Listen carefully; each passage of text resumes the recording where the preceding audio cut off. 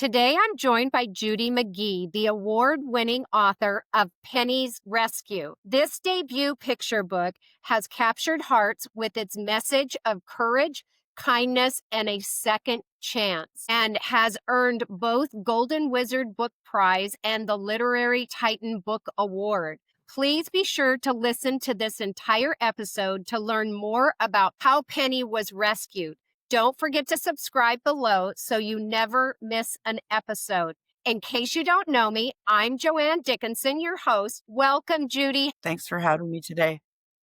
I'm excited to learn more about Penny and your book, and I'm sure all those rescue fans out there and animal lovers are too. I know it's really been a long one, how Penny's real life rescue came about. Share with us a little bit about that, Judy. We adopted Penny in 2020. She was in a high kill shelter. We learned that she was on the euthanasia list. Dogs that are on the euthanasia list, they get put up to the front of the line when they start pushing for them to be adopted first, when they're kind of at danger of being destroyed. So that was Penny. When I saw her on the website, I just fell in love with her. That gave me chills, you talking about the high chance of her being put down. It's so heartbreaking. My daughter rescues, she's had 2, 3 dogs, and she always rescues them. And each one of them has an issue or had an issue in the past. Share a little bit about her anxiety. Penny arrived fearful, and I'm thinking, worry, is this it? When we picked her up, I wondered, how would this dog feel? Because she had already been living free, been in a shelter, and a long road trip, 2,400 kilometers from Texas to Canada, and probably wondering, is this my final stop? Am I going to be staying with these people? Will I like it here?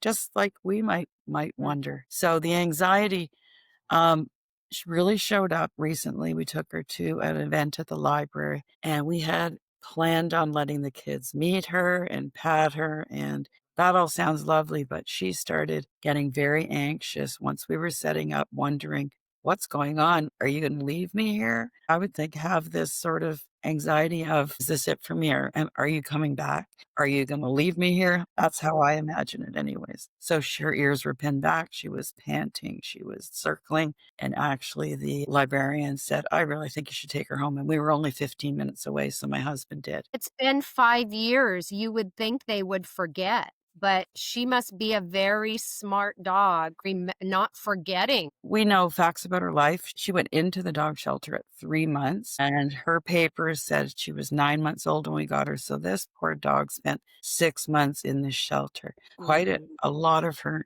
informative first year, because with dogs, they don't live as long. So that's like us going into our whole childhood is spent in a very different environment where you're just from day to day don't know what type of food you're getting, who's going to be in to let you out, when will they let you out, will you meet other dogs that you like, a huge change in the life, and wondering from day to day what's in store. What inspired you to write Penny Girls Rescue, and how did your real life experience with Penny shape the story? At what point did you decide, I want to write? Well, the book was written on the way to pick Penny up. That's the funny thing. My book was written in 2020, September 18th. We had a 3.5-hour car ride to Niagara-on-the-Lake, Ontario from our home in Trenton. So I asked myself the question, how will this dog feel having been through so much when we finally go and pick her up? We've chosen her, but she didn't choose us. Will she want to come with us? That was the question I asked. And I just started writing. I knew what she looked like, but how would she feel? And I thought very emotional. I worked in healthcare, and I think being emotional and being empathetic and compassionate has really helped me write this story and put how I feel Penny would feel after going through so much, the emotion into the story. That's what makes our books so good and connect to them, is the emotion. How long were you in healthcare? I started out in X-ray.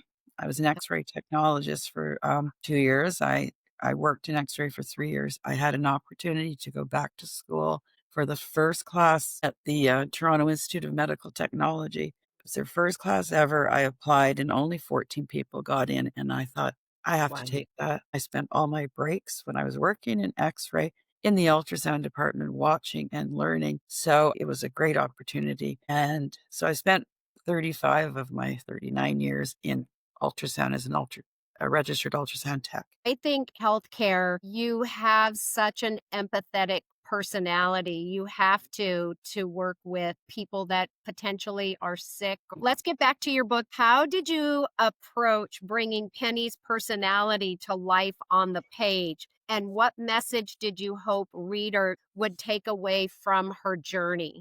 Personality in the book came from many things that I learned about her. Our trip home, her kind of anxiety in the car, and her fight somewhat. Even though she was happy to get into the car, which I was thrilled about, she was the last dog to come out, and we were hours waiting for this dog to come out of 14 dogs. Getting her in the house, we were home at 3 in the morning, and we got her in, got her settled in her crate, and she cried and cried and cried. And I wasn't expecting that because we were given a doctor's pamphlet on what to expect and what to do for an adoptive animal. And one of the Mhm. things was you put them in the crate to sleep. So my husband ended up sleeping on the couch beside Penny to settle her down because she cried and cried. And as the weeks went by, she would go into the crate, but I actually, this is crazy, but I sang to her. I sang Baba Black Sheep and Twinkle Twinkle Little Star, and that would calm her down. I used to do that for my kids. And I was Mhm. thinking of things that you do for your children to calm them. Why wouldn't they work for a dog? They get used to your voice. And eventually we had the crate door open. We moved the crate down the hall beside the bedroom, left the doors open. Eventually the crate door was left open. And each night the paws were out further and further out the crate. Oh. So then one night I went to find her and she was under, I couldn't find her because she's black. She was under the table. The lights were down. Finally found her because she lifted her head. She's got the white star on her chest. And I said, "There you are. What are you doing?" She did not want to go into the crate. And I finally thought, well, the reason for the crate is protection for us because we don't know what these dogs are capable of.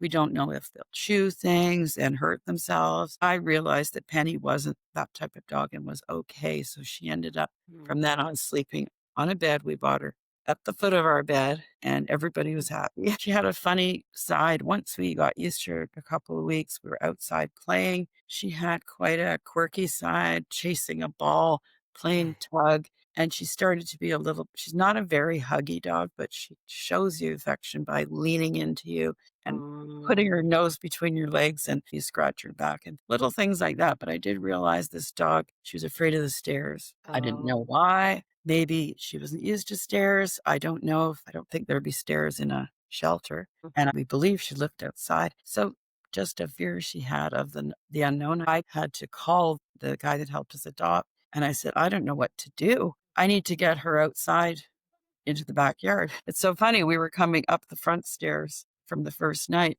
So I took her back out the front stairs around to the back of the house to do her business and then back around the house to come back in. And then I finally called him and I said, "What do I do? I need to get this dog used to the stairs." He said, "All I can say is a long leash and lots of treats." So basically, it was positive reinforcement training that this dog needed to show her Mhm. that she was doing something well and praising her. He said, if she puts her paw near the stairs, her nose near the stairs, if she looks at the stairs, treat for every single positive thing towards the stairs. And eventually you'll get her closer and she'll put a paw up and it took about a week. So lots of training. While I was training her, she's funny. She makes me laugh every day. So in the story, I used her sort of fears. She's afraid of, she doesn't like bunnies, bigger dogs she's afraid of, which is funny because she's a dog, but she feels threatened. I put these mannerisms I had learned about her added to the story, like the beginning of the story when she's having fun on the farm. That's her fun side. And then later on, as as I imagine I would feel going into a place and into a cage, that would be quite different in your life. So fear of, am I going to get out of this cage? Is someone going to come and get me? Am I going to get food? Mhm. And then as the book went on, If you this was just kind of fun. were And I made up so I have facts about her life and then fiction is the farm red pets. Obviously, there were pets probably there. We call them pets because they're more than just animals roaming around the yard. They were Penny's and her siblings, friends. They talked to and played with. So I lightened the story by doing that and show Penny's fun side. This is the really emotional part starts when Mm. she lands in a shelter after helping grandma when she got injured. She doesn't realize that that's going to lead to this. I used her side that we saw when she first came here, unsure, uncertainty about what's happening. Is this just another stop and then I'm going somewhere else? Where will I be going? I'm Mhm. thinking all these things because that's how I would feel where you're going next and who you're going to see. And will you see these people again? Other than the shelter and seeing the workers, they're really not seeing familiar faces and they don't know who they are. I suppose after months, she would get a little more trusting of the people that feed her. Share in the book, it's Penny's version of what she sees, right, Judy? Right. Yes, the book is told from Penny's point of view because I really felt like I wanted to give not only her a voice, but dogs a voice, rescue, Yes. sheltered puppies or dogs a voice because a lot of people don't understand why they ended up there. There's so many reasons. They lose their owner, like Penny did. Grandma Adeline was in an accident, could not come back to the Mm. farm. So I'm trying to show something easy for kids to understand, but there's so many other reasons. And the dog gets taken away from an owner for abusing it. Owner passes away and their dog needs a home and nobody in the family wants the dog. The dog goes into a shelter and then it's out of their hands. They just have to wait and see if somebody wants to adopt them. There's just so many dogs that are in need of homes. And I did a lot of research on this book. I wanted to know more about why do we have so many dogs coming from Texas, I guess the southern states. The dogs live outside and they treat their dogs more like possessions rather than pets like Mm. we do. Dogs that come inside, they get treats, they get fed regularly, they have their water provided, whereas they live more outside and they Mm. have to fend for themselves. Now, in my book, I have Grandma Adeline calling them in every night and feeding them, and that's to lighten the story and to give it a little bit of fun as well, because it is a serious topic. It is. Can you walk us through some of your writing, publishing processes for your first children's book? Did you self-publish or did you use a hybrid publisher? Before I signed on with them, I just sat on my phone. And then January of 2024, I took a free 4 hour children's picture book class online. And I really enjoyed that. It was Miriam Laundry Publishing. They were putting that out. I went with Miriam Laundry Publishing. I ended up signing up for the hybrid publishing course.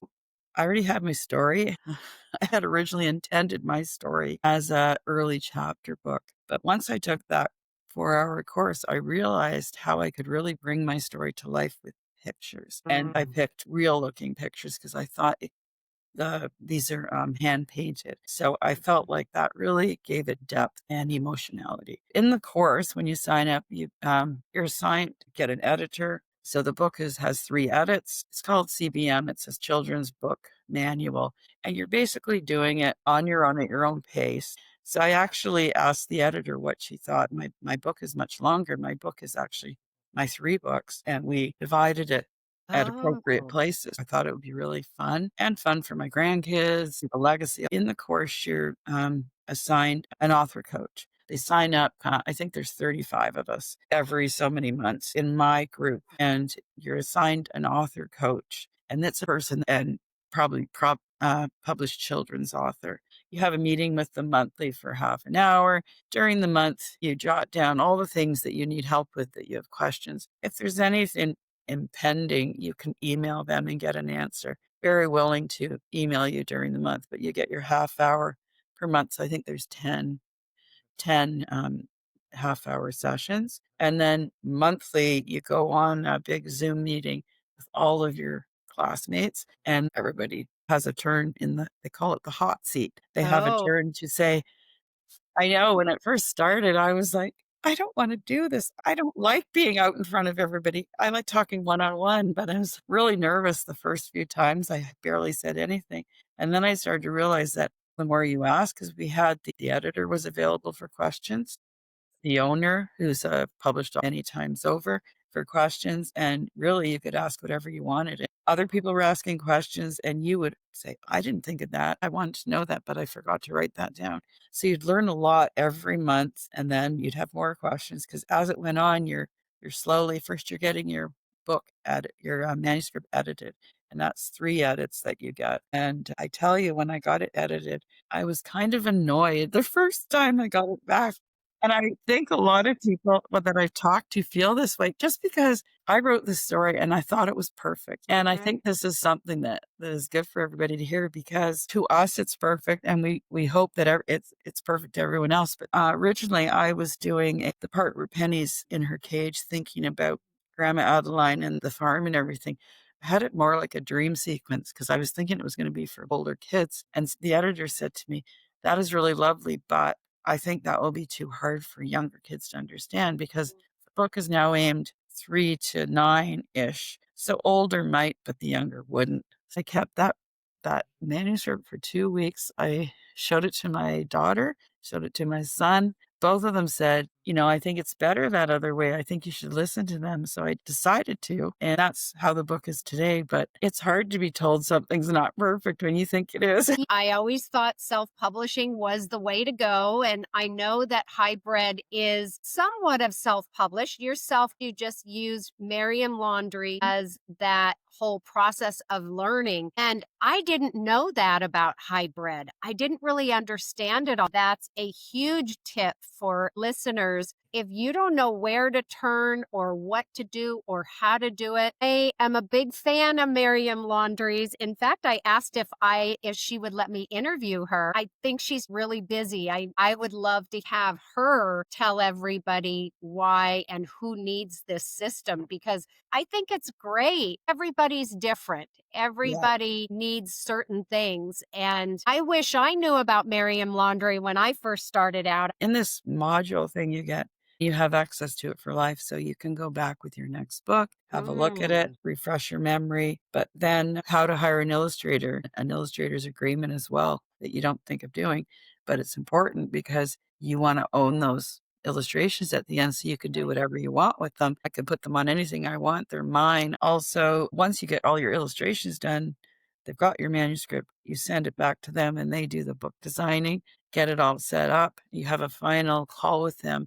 This all has to be done about 10 weeks before your book launches. They help you with your dedication page, title page, bio. They edit all that for you to make sure it's great. The only thing I found with hybrid publishing, and as opposed to traditional, there's no real marketing, but you're still all on your own. And that's the hard part. Writing the story is the easy part, I think. It's a big, huge learning curve after that book launches. Miriam Laundry gives you an interview on Facebook Live, which was nerve-wracking, but I watched it over and over, and I was glad I did it. I was actually gonna pull out at the last second. Making myself sick because you just don't know what to expect. So it's whatever's there is there, and all your classmates plus whoever else is before. She's got a huge number of people that have gone through, are all invited to it. So you're on there, and there's like 60 people watching you rumble through. It actually wasn't that. Yeah, they don't edit, that's for sure. Do you think you would have wrote the book if you hadn't adopted Penny? Do you think you would have pursued self-publishing?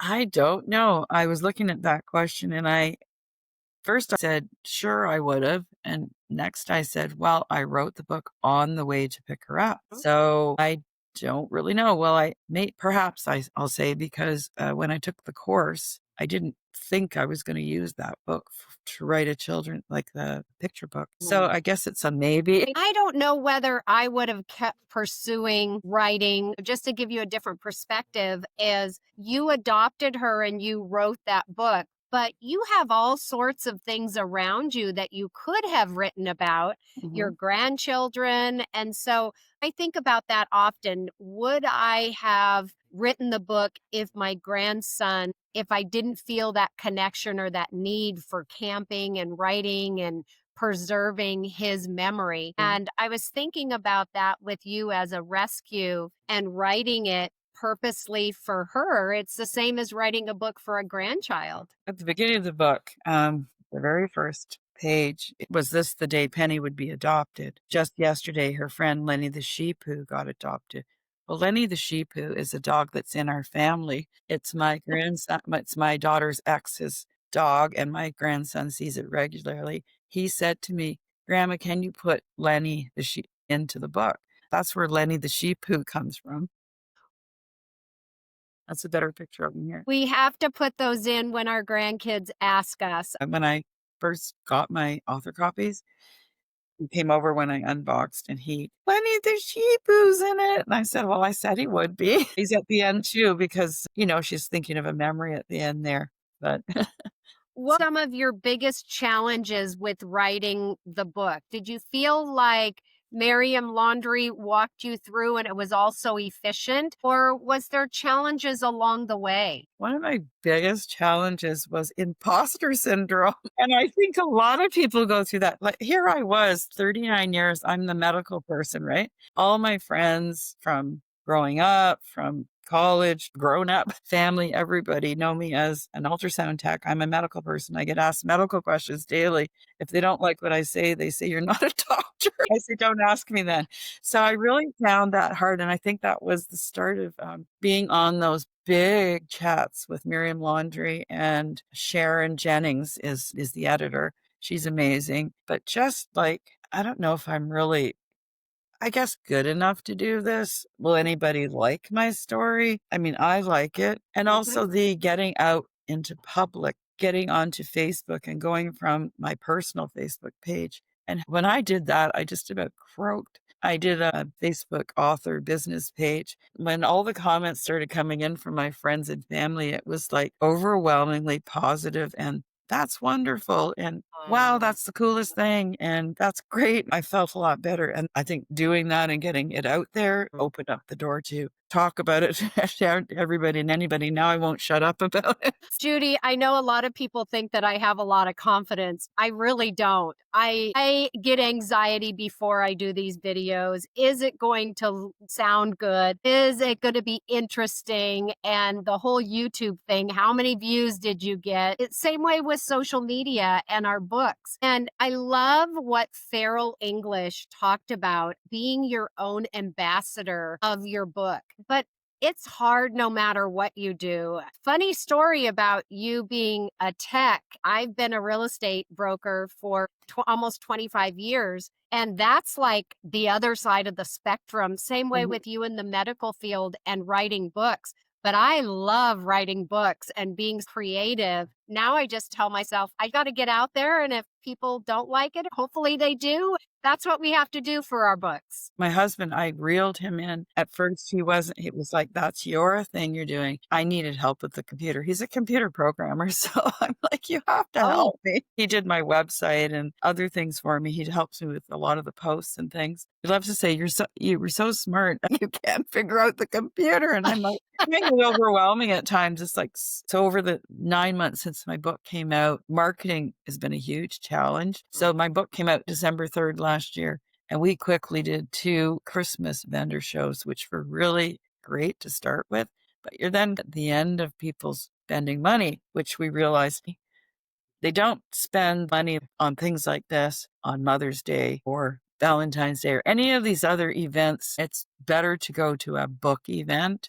So we've seen that. We did a bunch of shows in the new year, just some vendor events. And we quickly realized, yes, we were selling 6 to 10 books. Not bad, but this isn't the best use of our time. So we have figured out to leave the Christmas shows for November and the first 2 weeks of December. That's the 6-week window. Some people start a bit earlier. I start in October, but most people have their pocketbooks open. They have to buy so many gifts, and that's a great time to sell your books. I reached out to the Humane Society, and we did a really cute event in June called Wiggle Waggle Walkathon, which was literally a walkathon. I met somebody at one of my vendor shows who invited me to come. So basically the cost of your table was your donation, and then whatever you made was yours. But they raised $38,000 for the dogs, which was wonderful. So it was great to be part of that. I also reached out at the SPCA in our area, and I've done a couple of events with them, and I'm giving a portion of my sales to them. But the biggest thing I found is it's the in-person events for me. When I can talk to people, they can look at the book, but they don't get all the stuff that's how it got there, why it's there, what it means to me, our love of Penny with the world. When I'm out there and I can talk to them and tell them this or that, the book is written from the dog's point of view. I've ended up going into little bookshops and speaking to the owner and telling them about that. And my book is in there, and my book is in Penny's vet office. It's in her place she goes for grooming. These people have been Oh. wonderful. Her vet loves her. We go in there and they treat her like a queen. So that's really nice. So what I've done recently is called Indigo Books here. It's comparable to Barnes and Noble. A radius of about an hour and a half from us, and been going to those, and they've been really great. We went to one near Toronto last weekend, and we sold 18 books, and we were just Wow. thrilled in 4 hours. So we're starting, and we've been invited back because we did well, which is wonderful. And people that are coming into bookstores are there to buy books, right? So, and then you've got the families and the kids. And I found that my penny puppet that I had made when the book launched, it's a great attraction, and it makes even the grouchiest person smile. Tell me about your awards, Judy. What made you choose those awards?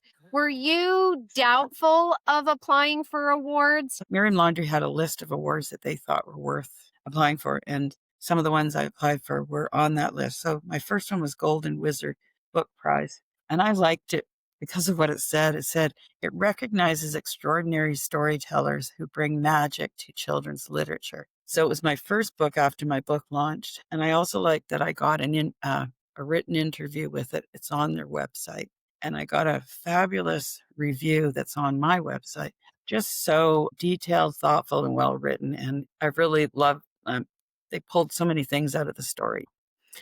And then the next one was the Literary Titan, and that was also recommended by Miriam Laundrie. Many in my class have used it, and I got a 5-star review with them. And when I read it, it was so awesome. It was so well written. They had so much more to say than some of these reviews we get. Just a lot, very detailed and about Penny's demeanor and many, many things. I was very surprised and pleased.